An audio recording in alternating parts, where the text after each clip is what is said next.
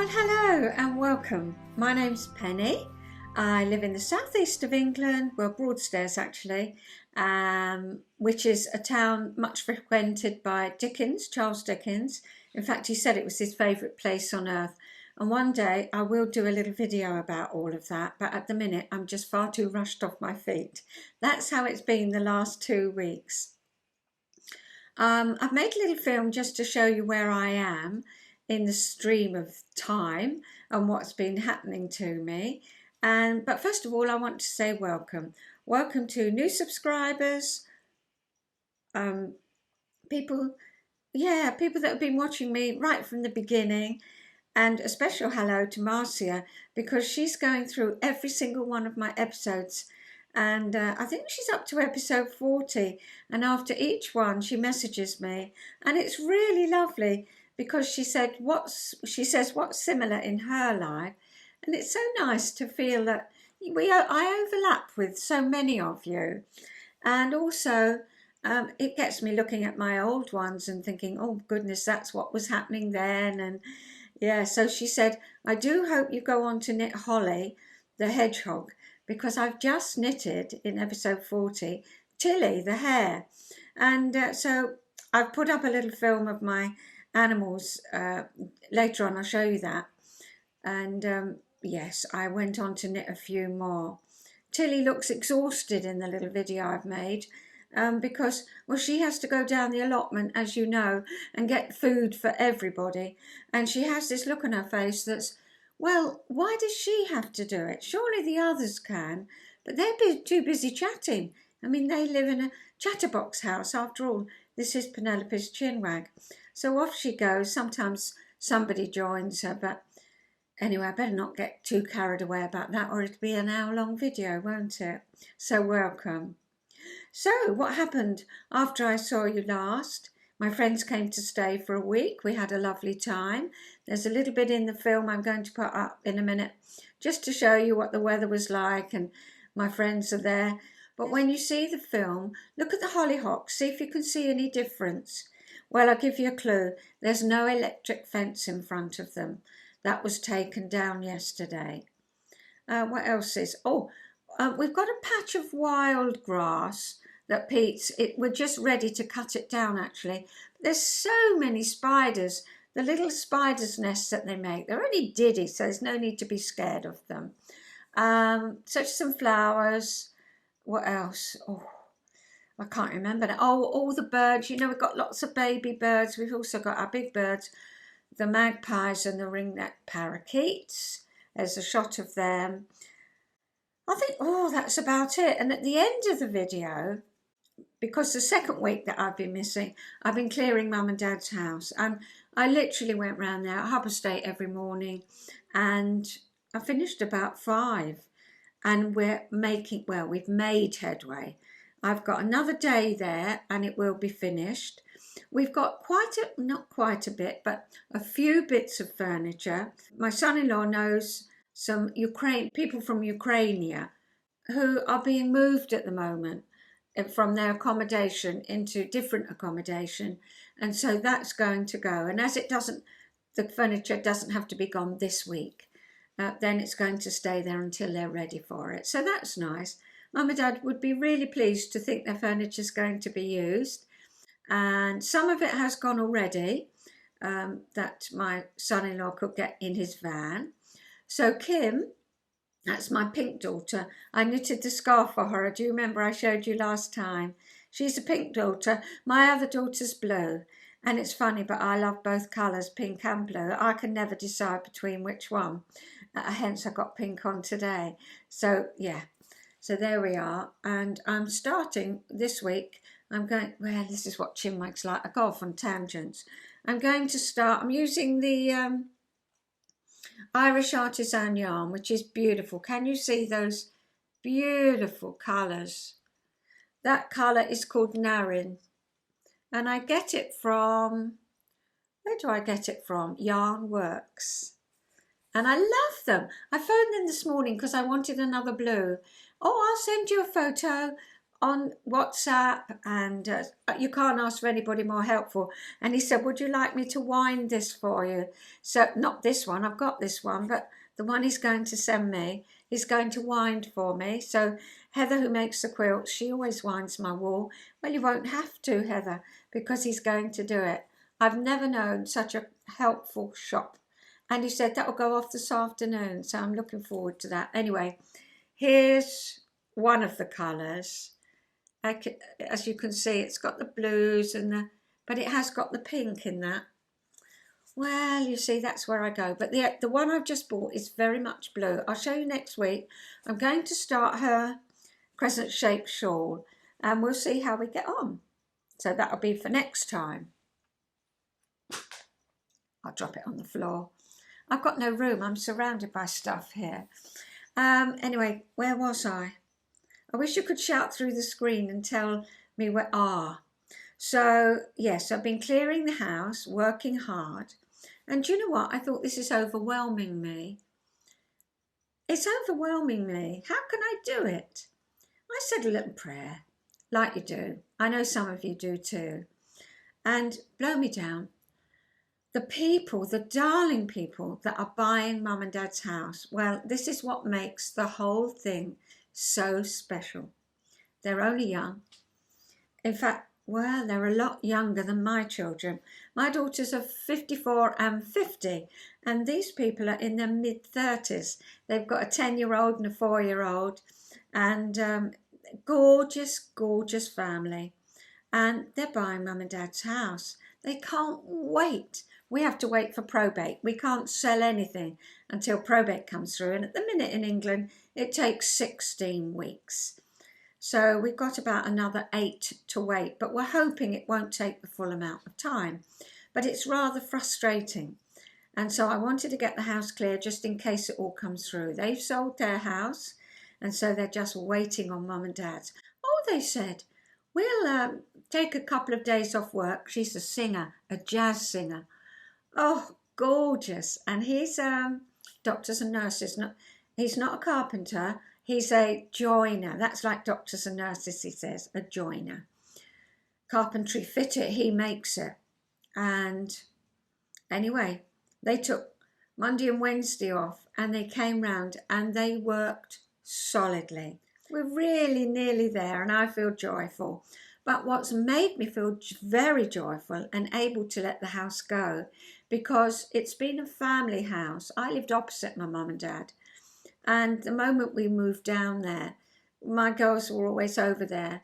Nicola was 11 when we moved, and we're very, very close to Mum and Dad. And so it's been a family home, a happy home for all these years. And one that I didn't know how I was going to let it go, actually. But knowing that this gorgeous family are going to move in, well, it's the icing on the cake. Because I walk past the house on my regular walks that I do. And I thought, is this going to be so hard to have that door slammed? So Monday and Wednesday, my daughter came down, and Louisa and Danny, yeah. And I loved it. She bossed me about. I love being bossed about. Mum, what do? They did all Mum's kitchen cupboards, and she had a few. It took them all day, the two of them. So that was a big help. And then on Thursday, my daughter Kim came back with my granddaughter, and she brought her 2 children, Mila and George. Mila was a joy, and by the end, she was just laying on the settee watching her little programs. And George, I never heard one squeak. No, there wasn't a squeak. He laughed and chuckled and all day. I mean, wow, what a good boy. We said, him and Tommy, 2 good boys. So that was a joy. Then my other daughter, Nicola, she went round on Saturday, and her husband, and sorted a few more bits out, and came back and spent the day with us, with Tommy. And I just was too tired to take any film. But wow, he's talking a lot. He can tell you what he wants.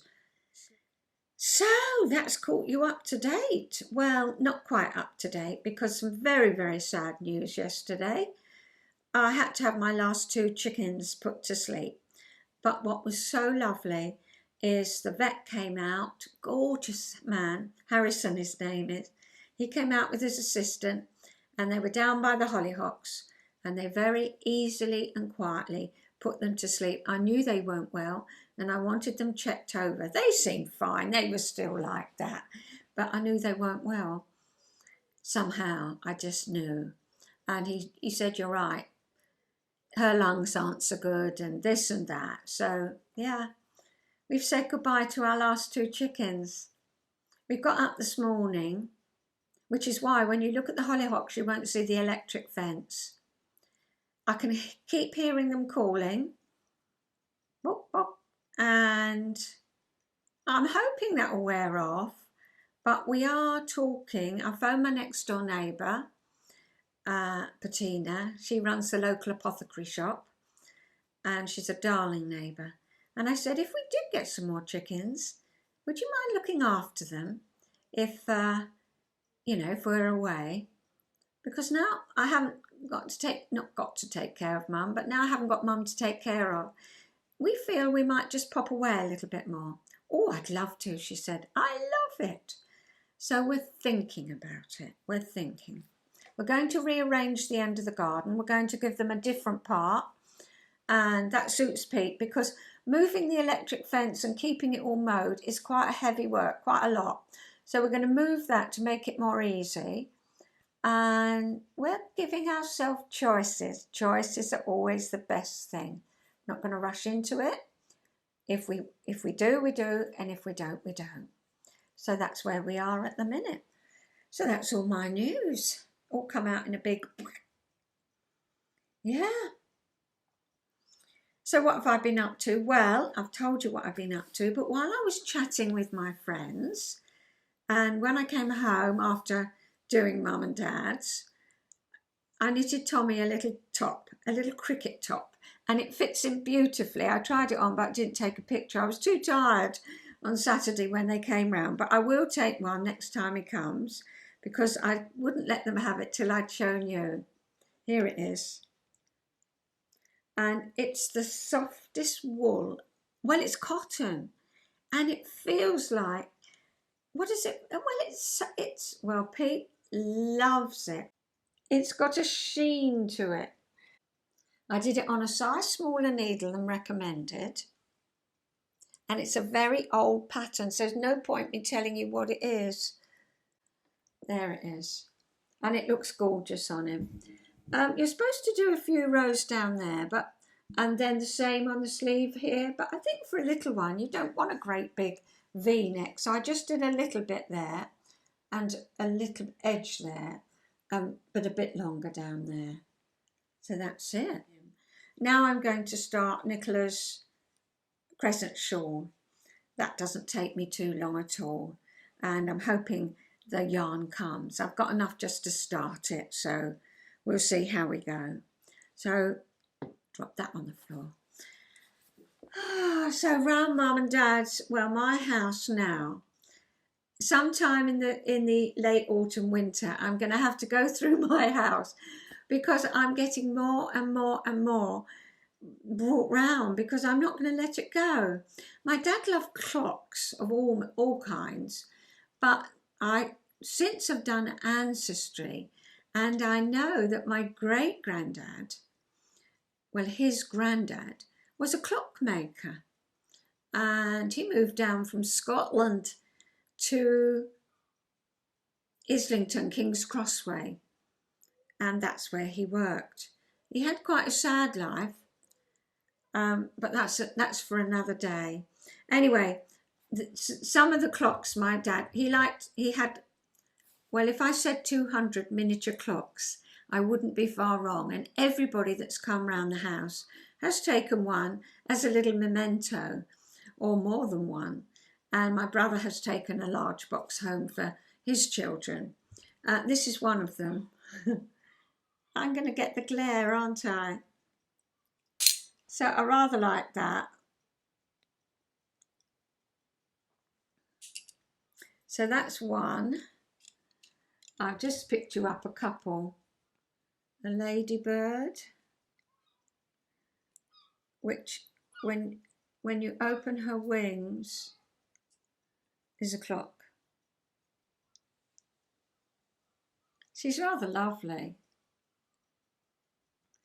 Yes, so that's another one. I just got you two to show you, but they're all different. Oh, golf clubs. Well, my daughter Kim, she's got the one with the golf clubs, and she said every time she dusts it, the little clubs come out. So they're very varied but beautiful.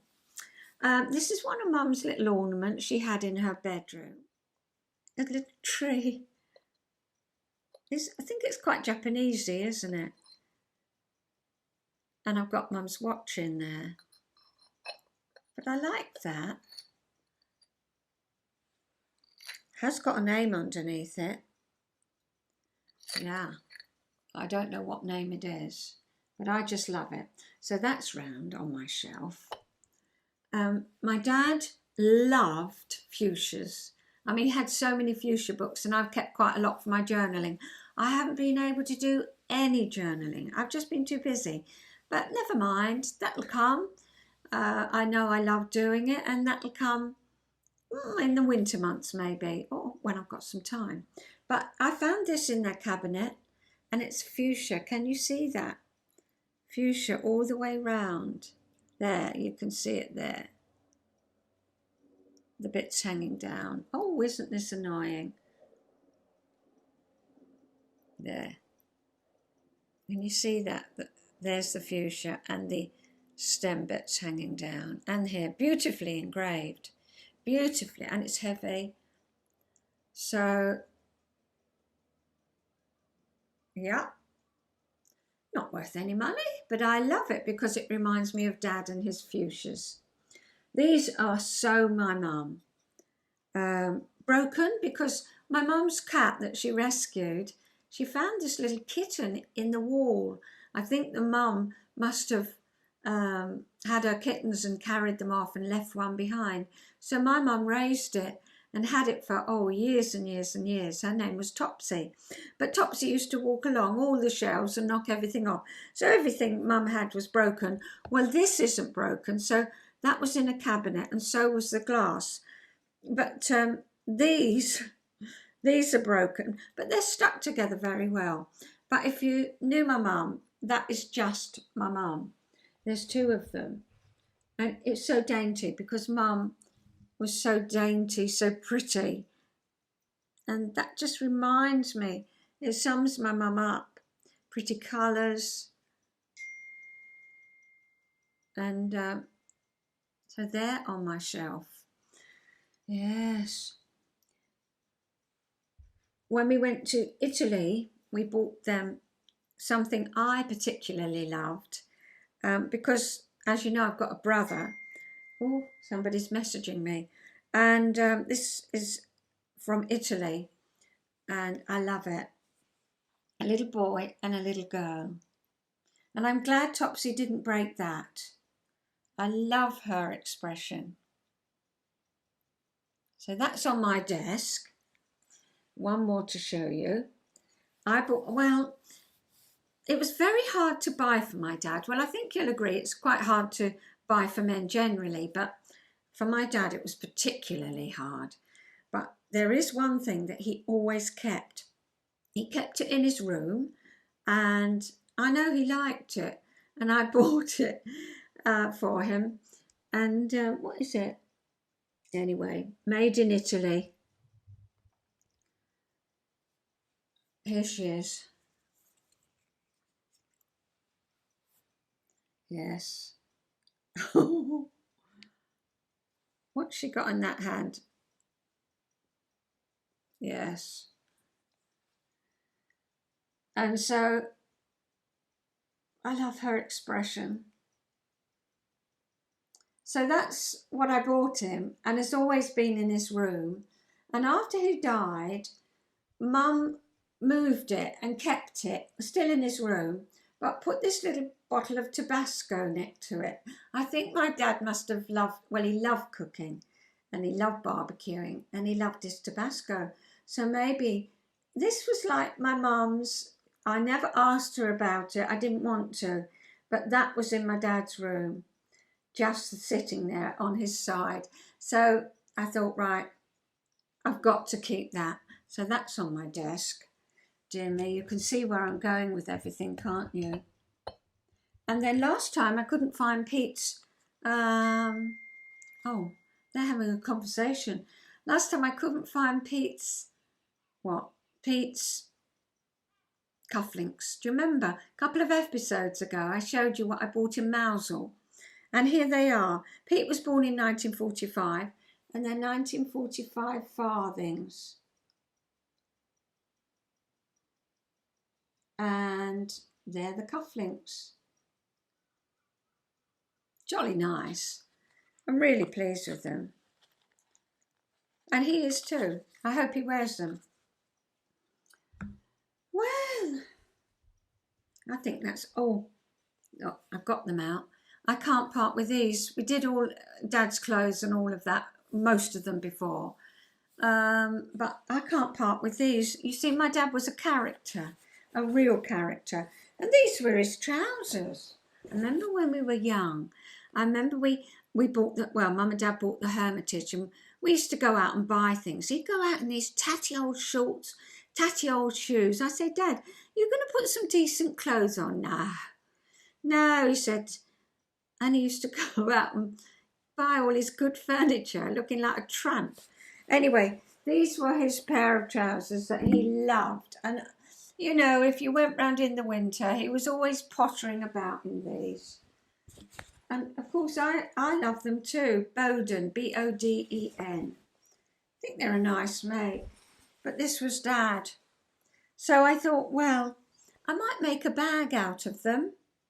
Or I don't know what I'm going to make out of them yet. I might make several things. But I couldn't part with them. They're fun. Corduroy. Beautiful corduroy. Anyway, thanks for letting me share. It's nice. Nice to share things with you. Oh, there's a picture. I took it out the frame because I love the fact my dad would be 97 next week if he was still around. But here he is with his brother.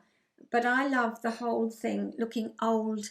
And when I get it reframed, I'm not going to ask them to put a nice, clean border around, mount.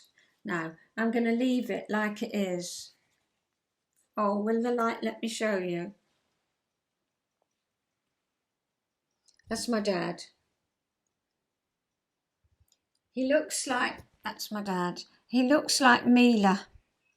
Well, my mum always used to say, looks like me too. And that's his brother. But I love the fact that it's old, and my nan must have had that hanging up. He looks about 2. So when you think it's 95 years ago, my nan probably had that hanging up in her sitting room very proudly. Anyway, I'm going to have it hanging up in my sitting room very proudly if I can find room. So I'm going to put up the little film that I've made just of my friend's visit and what the garden looks like now, and Kim saying, Mum, Mum, and telling me what to do really, which is just what I needed on the day. But it does make me chuckle every time I watch that. So I'll put that up now.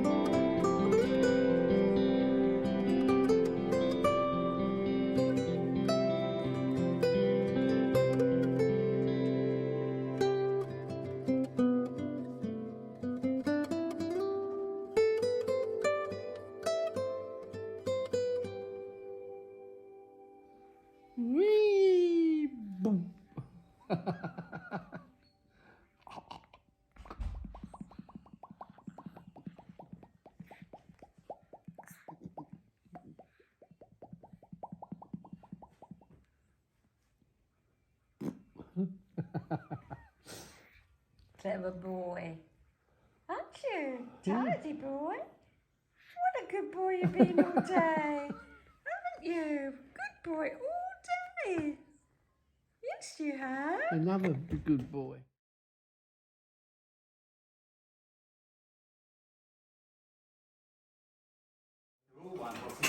They've got No, I mean like a wine carrier. Is that too heavy, love? no, just got to pick it up. So, Mum, you don't want anything in right, Mum. Okay, so let me tell you about the end film, my first day on my holiday on Tresco. So Tresco is one of 5 islands just off the southwest coast of England. It's only 26 miles off the coast of England. So our cottage was at the end of 3 white cottages, Dial Rocks, Coast Guards and North End, and we had the end cottage. And next in the film you'll see some red kites. Well, people that live in England or Britain might say red kites, so what, because they're very common here, but not on the Isles of Scilly. We went out with a birder for the first day. On the first day, I love going out with people that are local because they tell you everything. And he said the week before 150 red kites had flown over. They couldn't believe it. It was 10, it was 20, and they couldn't believe it. And they all, and 4 stayed. Only 4 stayed, and we saw the 4. So that was quite fun because I'd never seen a red kite there before. We saw a little fledgling thrush. It hasn't got his tail yet. Must be just fledged. He's a darling on the path. Tresco Abbey. Well, let me tell you a little bit about Tresco Abbey. I've got a book here. And 1,000 years ago, more than 1,000 years ago, a Benedictine priory had been established on Tresco, but very little remained. A couple of archways and some broken down walls. But Augustus Smith, who took over the island, he leased it from the duchy. He wanted to help people. And at first he was going to help the people on the Aran Islands, but it proved too difficult. And so he managed to get hold of the lease for Tresco, for the Scillies, for Tresco. And he established a school and he reformed the farming and he really did things and helped everything along its way. In fact, he created the Tresco Abbey Gardens, which is another film for another week, and I'll tell you about the gardens then. The islands, it says, though blessed with this mild climate, was lashed by the salt-laden Atlantic gales, and he realised that a priority was to create shelter belts to protect his new garden. He quickly found 2 trees that were both salt-tolerant and quick-growing, the Monterey pine and cypress, both from California, and he set up the garden. But of course the abbey was there before, and he built himself a home which is called Tresco Abbey. And Augustus Smith, his family have continued, and his family have still got the lease from the duchy. Oh, that's Pete bumping. He's out in the garden. He's looking like a proper gardener with his long, like waders that you wear in the doing your fly fishing, and his hat. He's all decked out. Anyway, that's when you see Tresco Abbey Gardens. That was Augustus Smith's house, and it still is the house of the Dorian Smiths, who leased the island from the duchy. Augustus, he wanted to improve, as I say, the standard of living, which he did. He did that around Berkhamsted which is near where I used to live in London actually, and he did a lot for Berkhamsted, but then he wanted to branch out and he heard about the Isles of Scilly in 1834, and that's when he started his work. He eliminated smuggling because he did better employment and got the farms up and running.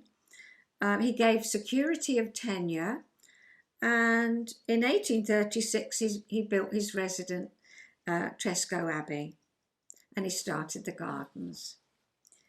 That's it. It's 1.5 miles, large, Tresco, and it's cared now for by Lucy and Robert Dorian Smith. And the statue of their children was one you saw at the end of my film last week in the Abbey Gardens. Beautiful statue, beautiful. A lot of you commented that you loved it. And he's now handing over, 2017, he handed over the running of Tresco to his son. And then as we were walking down the path, on the path, just emerged, if you like, from its pupa, was a privet hawk moth. And a lady was just carefully watching the path so she didn't trip over. And, she said, "What's this?" And it's a privet hawk moth. It's one of the largest residents of hawk moths that we've got in the UK. It flies at night and it's attracted by the light. It feeds on nectar by plants that are highly scented, like privet. And on Tresco, there's a lot of honeysuckle, so it really does well. It is in a pupa about 12 inches underground, and then it emerges. And that's just what had happened to this in our hand. You'll see it. And the guy said that we put it very carefully and safely on the honeysuckle. And he said what it's going to do is pump liquid into its wings, and then those wings will get big and grow, obviously. But it will take a few hours for the liquid to be pumped through, and it had just started doing that. So that was quite interesting. The caterpillars are bright green and they're rather magnificent. It overwinters, as I say, in the ground as a pupa, and the wingspan is 4 3/4 inches. That's a goodly amount, isn't it? 12 centimetres. They're common in the southern Britain, coastal Wales and in the Midlands. So that's what's on the little film that I'm going to show you now. So I'm going to say cheerio. I'll see you next time, and you take care of yourselves. And have a good week, whatever you're doing. Bye-bye.